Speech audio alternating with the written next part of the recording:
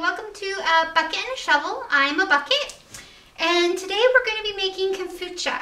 I found the recipe online. I will give props in the comments to where I found the recipe, but I thought I would try it. My mother, Shovel, happens to love coffee, and I happen to currently make kombucha and kefir, water kefir, and milk kefir. And so I thought, what the heck, let's try kombucha, because it's just coffee and a Scoby. And so I found this recipe. And so what you're going to do is you're going to take 1/3 of a cup of sugar.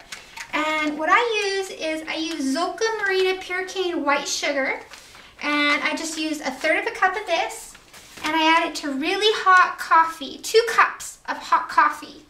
And I've already added it to the 2 cups of hot coffee because what you want is you want the sugar to dissolve in the coffee.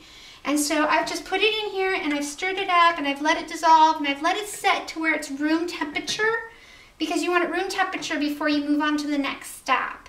So to the next step, you're going to add 1 cup of water. You can use distilled water or spring water. There's a lot of debate on the forums about which one is better to use. Do your research, figure out which one you prefer to use. For doing fermentation of vegetables, I prefer to use distilled water. For my kombuchas and kefirs, I use the spring water because of the minerals that are then produced into my kombucha and kefirs. So for this recipe, I'm going to use 1 cup of spring water. And to that, we're going to add that to our mix. There we go.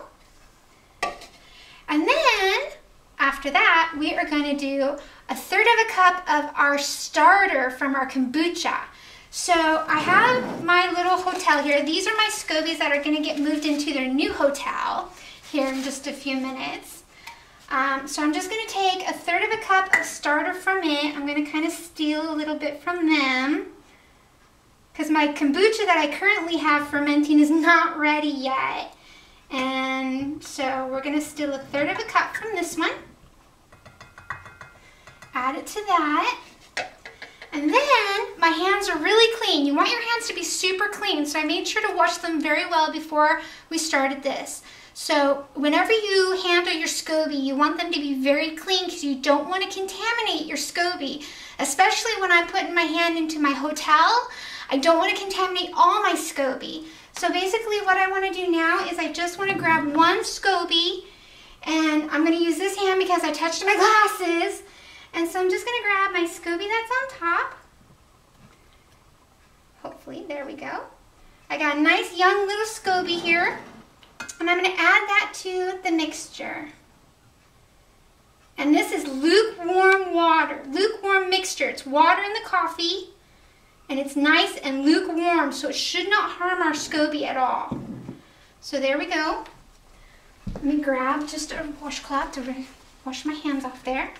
And then what I do is I cover with a coffee filter and then a nice tight rubber band, because you do not want fruit flies or ants or anything getting in, because you've got basically sugar water here. So even though it's winter time and there's not a lot of stuff going on insect-wise, I don't want to take the chance, and I want to get in the habit for when it does get nice and warm. So we've got that covered, and now I'm going to cover my hotel because I don't want anything happening to my Scobies. So we've got it covered. And then you want to put this wherever you do your ferments. I happen to have a culture box, and I have a video on how to create a culture box if you don't know how to do that. I live in the Pacific Northwest in Oregon, where it's not exactly the best temperature for fermenting in the wintertime. So I created a culture box, and that's where I like to keep my ferments in the wintertime. So I'm going to go put this in my box. You can ferment, it depends on how you want it to taste, how mild.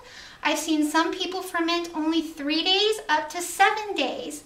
So what you want to do is every few days you want to do a little taste test.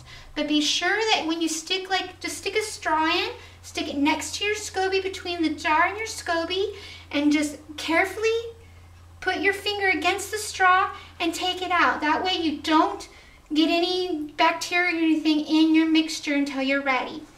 And then be sure to cover it back up. But taste test it every few days to see what kind of consistency you want yours at.